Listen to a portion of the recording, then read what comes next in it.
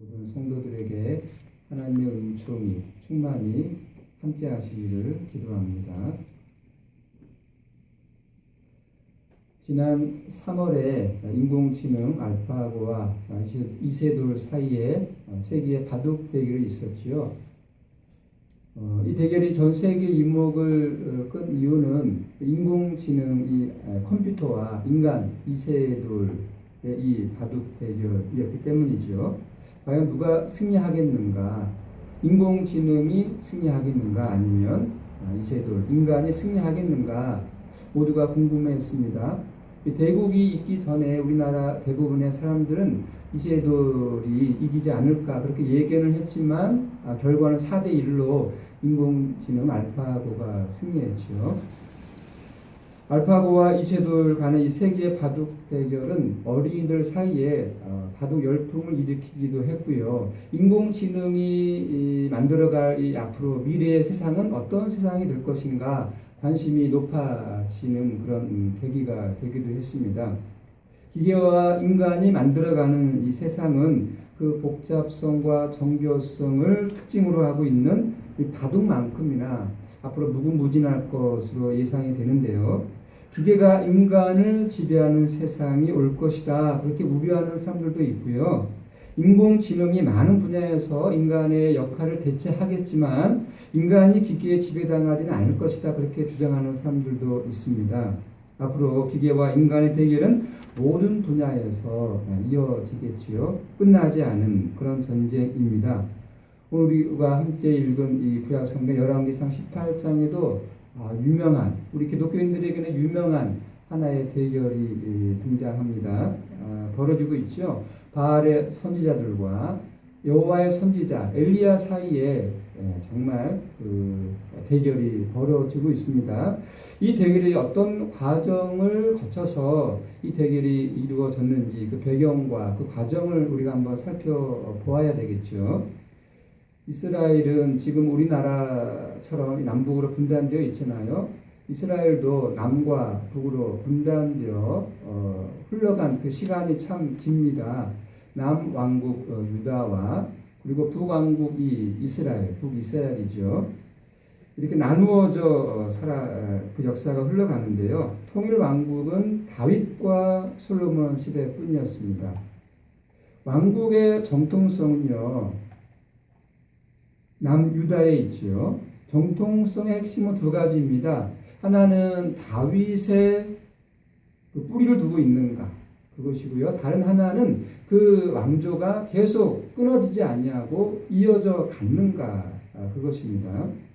고려를 무너뜨리고 조선을 세운 이성계의 혈통이 흔들림이 없이 끊어지지 않고 왕권이 이어져 간 것과 비슷합니다. 남유다와는 달리 북이스라엘은요, 이 처음 나라를 세운 여로보암 이후에 여러 번에 걸쳐서 왕조가 바뀌었어요. 그만큼 왕권이 취약했다는 뜻이겠죠. 열왕기상 16장에 따르면은 북이스라엘은 두 세력으로 이렇게 갈라지게 됩니다. 하나는 디브니 장군을 따랐고 다른 한쪽은 이 오므리 장군을 따랐어요. 일종의 내전이 벌어진 거죠. 그래서 이 디브니 장군과 이 오므리 장군 사이에 전쟁이 벌어졌는데 결국은 오므리 장군이 이겨서 왕이 올라갑니다. 새로운 왕조가 시작된 거예요. 당시가 기원전 9세기입니다. 오므리는 북이스라엘의 국력을 크게 키웠습니다. 주변의 다른 나라들도 당시의 북이스라엘을 오므리 왕조라 부를 정도로 그렇게 강력한 나라가 되었어요. 특히 그의 아들이 오므리를 이어서 왕위를 이어받았는데 이 아들이 이 북이스라엘을 더 부강한 나라로 만들었습니다. 그 아들이 바로 유명한 그 아합 왕입니다. 아합이 건설한 수도 사마리아는요, 그 당시 손에 꼽힐 정도로 품격 높은 문명 도시가 되었어요.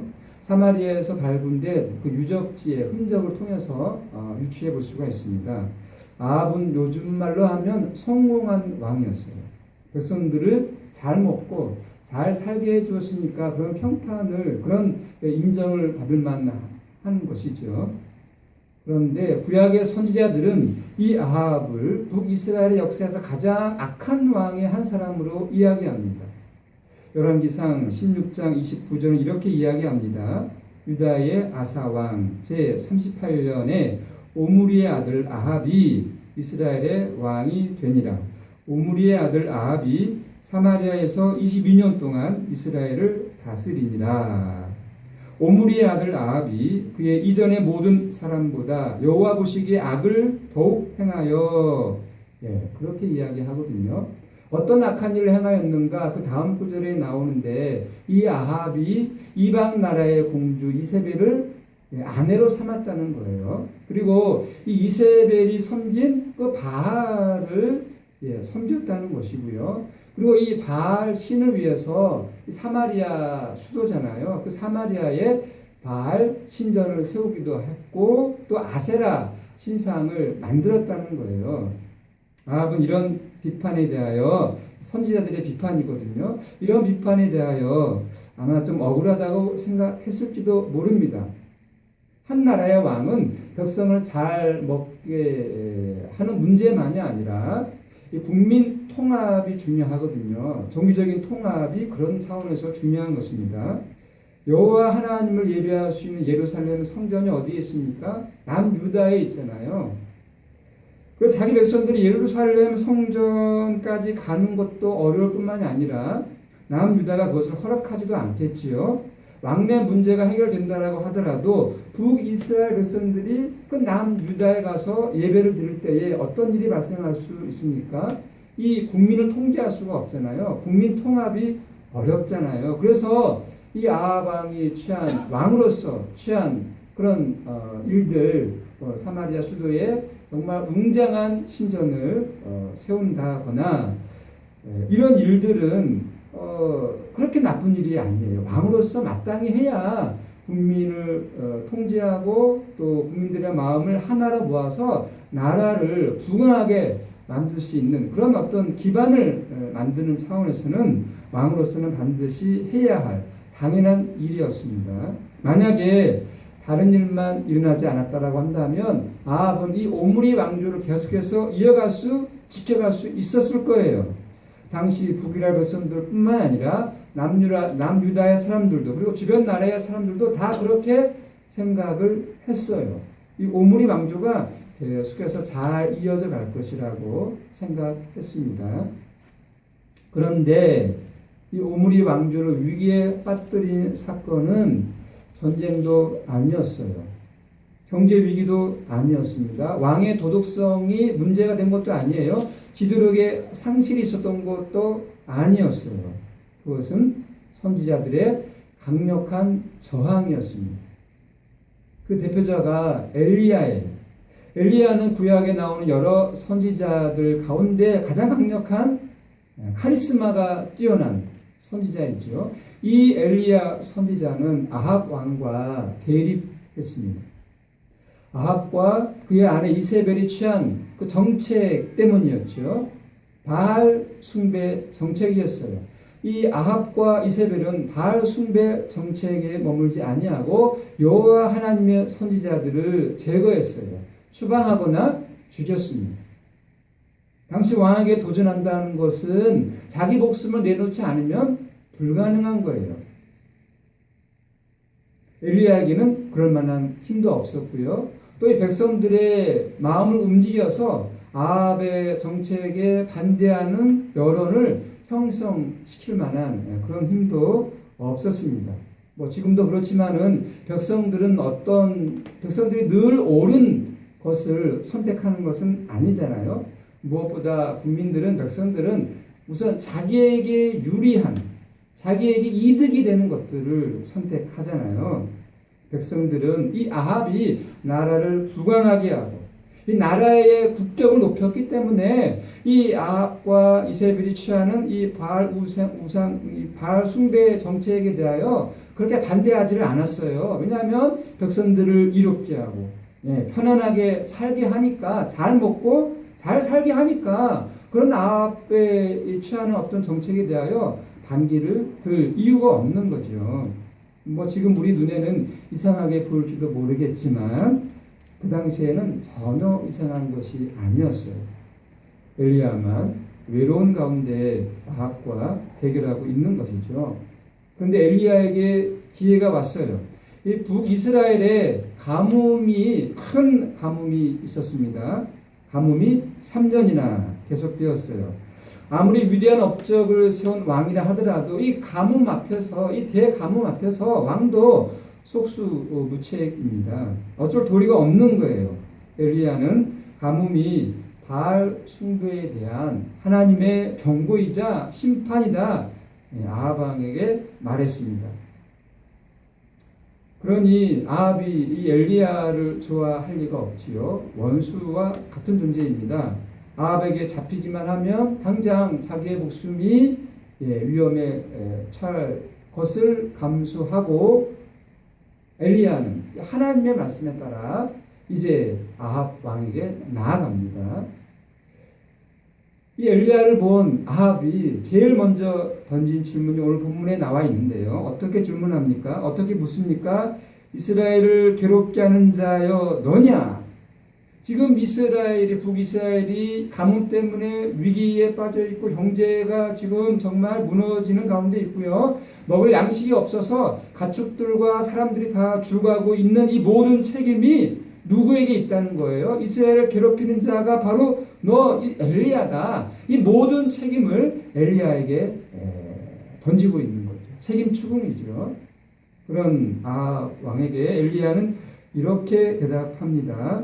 내가 이스라엘을 괴롭게 한 것이 아니라 당신과 당신의 아버지의 집이 괴롭게 하였으니 이는 여호와의 명령을 버렸고 당신이 바알들을 따랐습니다. 진짜 이스라엘을 괴롭게 하는 당사자는 내가 아니라 바로 당신 아합 왕이다. 왜냐하면 당신이 하나님의 말씀을 버렸고 바알을 따랐기 때문이다라고 이렇게 지금 책임을 이야기하고 있습니다. 책임 문제죠.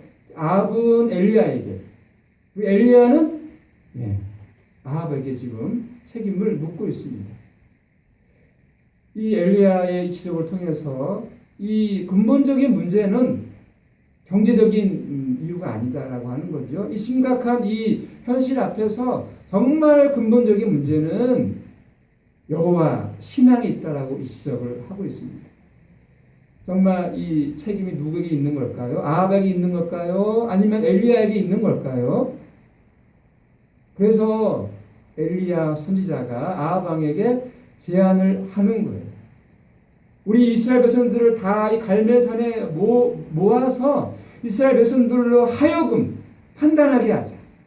정말 바알이 참된 하나님인지 여호와가 참된 하나님인지 이 갈멜산에서 한번 대결을 통해서 한번 백성들이 판단하게 하자. 그래서 정말 이 책임이 누구에게 있는지 우리 한번 확인하자. 이런 제안을 하는 거예요. 이런 엘리야의 제안에 대하여 아합은 이제 받아들이고 그래서 갈멜산에 유명한 대결이 벌어지게 되는 거예요.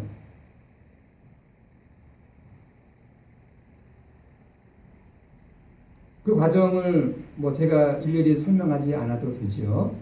그 두 개의 제단을 쌓아서 각각 바알 선지자들을 위한 제단이 하나 있고 엘리야 선지자를 위한 제단이 이제 만들어 놓고 제단을 만들어 놓고 거기에 나무를 쌓아 놓고 송아지를 잡아서 각을 떠서 올려 놓자는 거예요. 그리고 서로가 섬기는 그 신을 향하여 기도하자. 그러면 그 신들의 응답으로 말미암아 이 제단에 올려놓은 이 번제물에 어떤 일이 일어나느냐 그것을 보고 우리 확인하자, 결정하자. 누가 정말 바알이 참된 하나님인지 여호와가 참된 하나님인지 우리 확인해보자. 이제 그런 대결인 것이죠. 결과는 다 알고 계시죠. 엘리야가 이겼습니다. 엘리야는요 어떻게 이 제단을 샀습니까? 자세하게 설명이 되어 있는데 야곱의 12아들의 수대로 12돌을 취하여서 이 돌을 쌓고요. 그 나무 위에 장작을 올려놓고요. 송아지를 잡고 닭을 떠서 올려놓습니다. 그리고 거기에 이제 물을 붓게 하잖아요.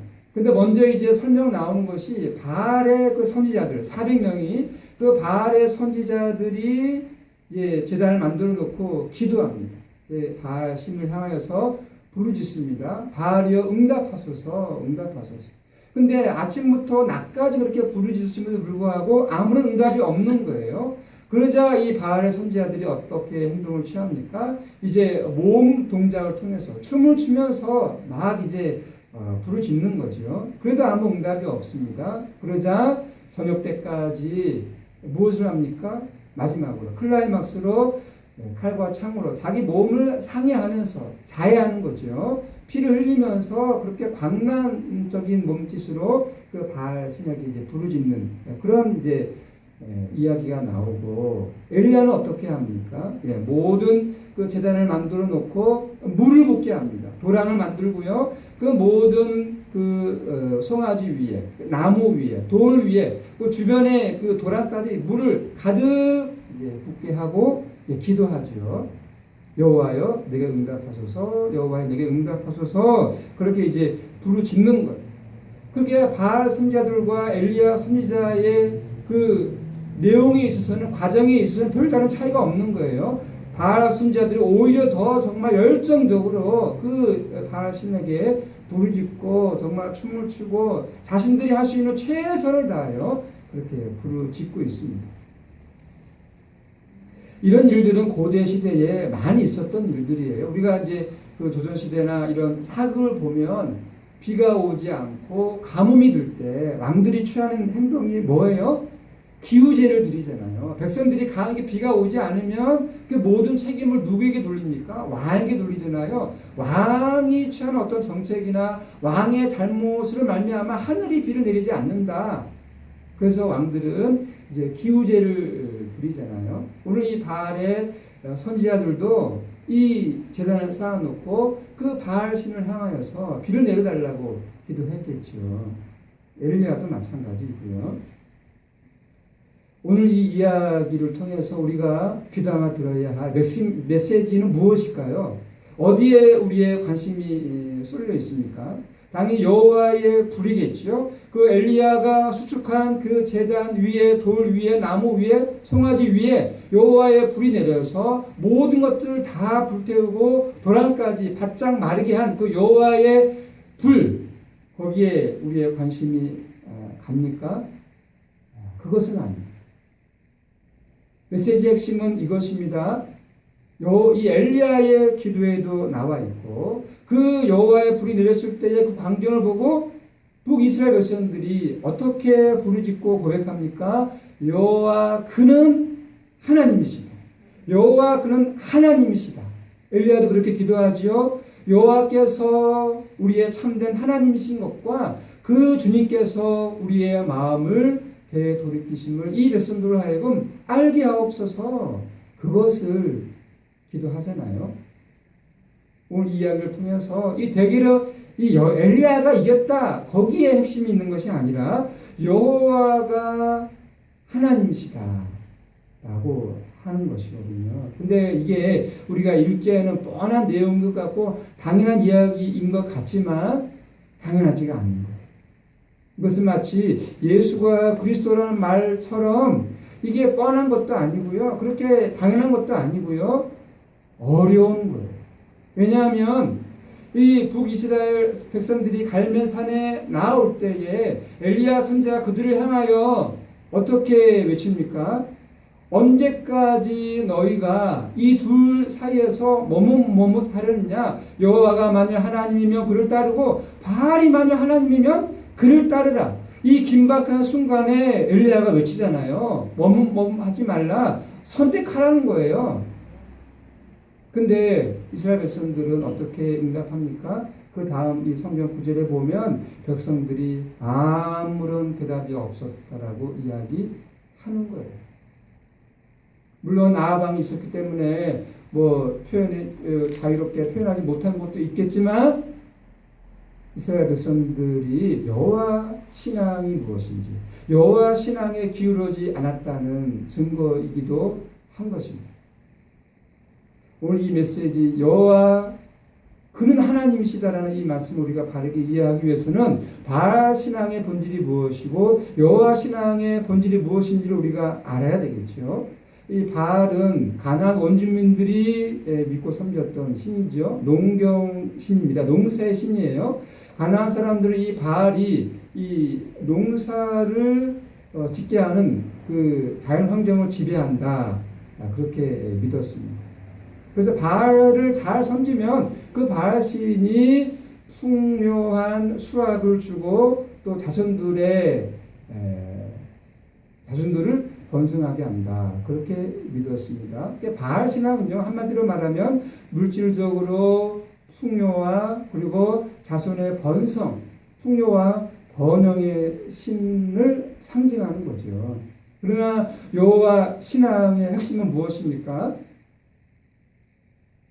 바알 신앙이 물질적인 풍요가 목표라고 한다면 여호와 신앙의 핵심은 여호와 하나님의 말씀이죠.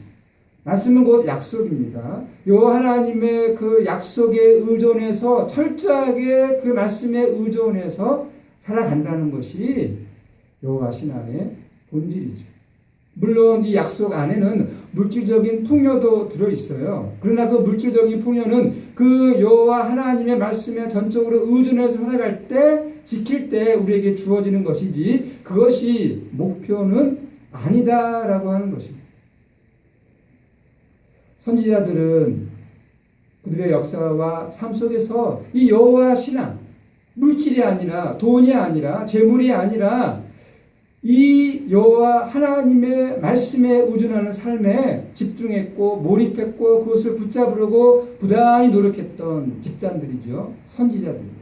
그러나 왕들과 정치가들은 어디에 관심이 있는 거예요? 물질적인 이 풍요를 토대로 해서 백성들의 인기와 또 그 백성들이 주는 그 권력을 유지하는 것에 마음을 기울였기 때문에 이 타협을 한 것이죠. 역사는 계속해서 이 두 가지 생각이 충돌하고 있고요. 두 신앙이 충돌하고 있고요. 이 두 가지 생각의 싸움이다라고 말해도 과언이 아닐 정도로 이 싸움은요, 옛날 그 당시 기원전 9세기 그 당시에만 있는 것이 아니라 오늘 지금 우리 안에도 여전히 존재하고 있는 싸움이기도 합니다. 우리의 삶을 보십시오. 돈과 자본을 중심으로 작동되고 있는 이 자본주의가 오늘의 바알 아니겠습니까? 30-40년 전만 하더라도 정말 우리가 살기 어려웠지요. 그러나 그 시간들이 지나고 지금 우리의 삶을 보십시오. 뭐 가정마다 수용차가 없는 가정들이 없고요. 또 뭐 먹고 먹을 것이 없어서 굶어 죽는 사람들은 없잖아요. 물론 노숙자도 있고 결식하는 사람들도 있습니다만은 그러나 30-40년 전에 비하면 우리가 얼마나 잘 살고 있습니까? 풍요롭게 잘 살고 있습니까? 갑부처럼 살고 있는 거예요. 그러나 사람들은 만족합니까? 만족하며 또 정말 행복하다라고 그렇게 누리며 살고 있습니까? 그렇지 않잖아요. 그 물질적인 풍요를 향해서 정말 거기에 빠져서 살고 있습니다. 사람들은요, 더 많은 것을 생산하고 더 많은 것을 소비하는 것이 삶이고 인생이고 더 많은 것을 소유해야 더 많은 것을 소비해야 그것이 구원인 것처럼 그것이 행복인 것처럼 여기며 살고 있습니다. 오직 거기에 몰입해서 살고 있어요. 더 많은 연봉이 있어야 그것들을 누리며 살 수 있다라고 생각하기 때문에 거기에 빠져서 살아가고 있는 것이죠. 그런 것들이 필요하지 않다는 것이 아닙니다. 이 엘리야 선지자도 이 가뭄으로 말미암아 이 이스라엘 백성들이 굶어 죽어가고 있는데 여호와 하나님만 잘 믿으면 된다. 모든 것이 다 해결된다. 그렇게 말하고 있는 것도 아니에요. 왜 이 엘리야 선지자는 자기의 목숨을 걸면서까지 여호와 그분이 하나님이시다라고 하는 이 신앙에 자기의 모든 것을 생명을 걸고 주장하고 있는 것일까요? 대부분의 이스라엘 백성들은 이 엘리야 선지자의 외침에 귀를 기울이지도 않고 있는데 왜 이렇게 무슨 이유로 무슨 근거로 그렇게 외치고 있는 것일까요? 그 이유에 대하여 우리는 알고 있을까요?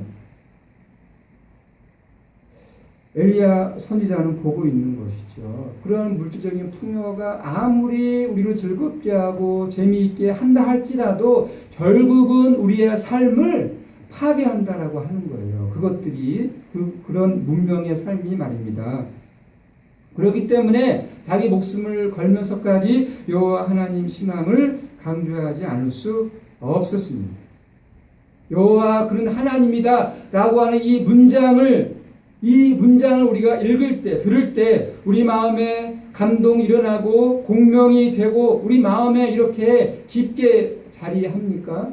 그렇지 않잖아요. 여호와 그는 하나님이다라고 하는 이런 문장을 읽을 때, 이런 글을 읽을 때 우리 마음에 다가오지 않아요. 감동이 되지 않아요. 왜 그럴까요? 왜 감동이 되지 않는 걸까요? 이런 질문에 대한 대답은 여호와 그분이 정말 누구인지를 실질적으로 이해하고 경험하는 데에서만 주어집니다. 그 여호와는 구약 성경에서 증언하고 있고요. 궁극적으로 예수 그리스도에게 자신을 나타내신 분, 예수 그리스도의 말씀, 그분의 삶, 그분의 십자가와 부활을 실제적으로 우리가 바르게 이해할 때만이 여호와는 하나님이시다라는 사실을 우리는 이해하고 믿고 거기에 의존해서 살아갈 수 있게 되는 것입니다. 바알 신앙이 우리 가운데 있는 것은 아닐까요? 우리는 여호와 신앙보다는 바알 신앙 쪽에 치우쳐서 살아가고 있는 것은 아닐까요? 오늘 이 엘리야 선지자가 백성들을 향하여 외치는 그리고 하나님께 기도하는 그 기도 소리를 귀담아 들으시기를 바랍니다. 여호와 그는 하나님이시다. 그분만이 우리를 존재하게 하고 우리를 살게 하고 우리를 호흡하게 하고 그분만이 우리를 참된 생명으로 인도하시는 분이시다.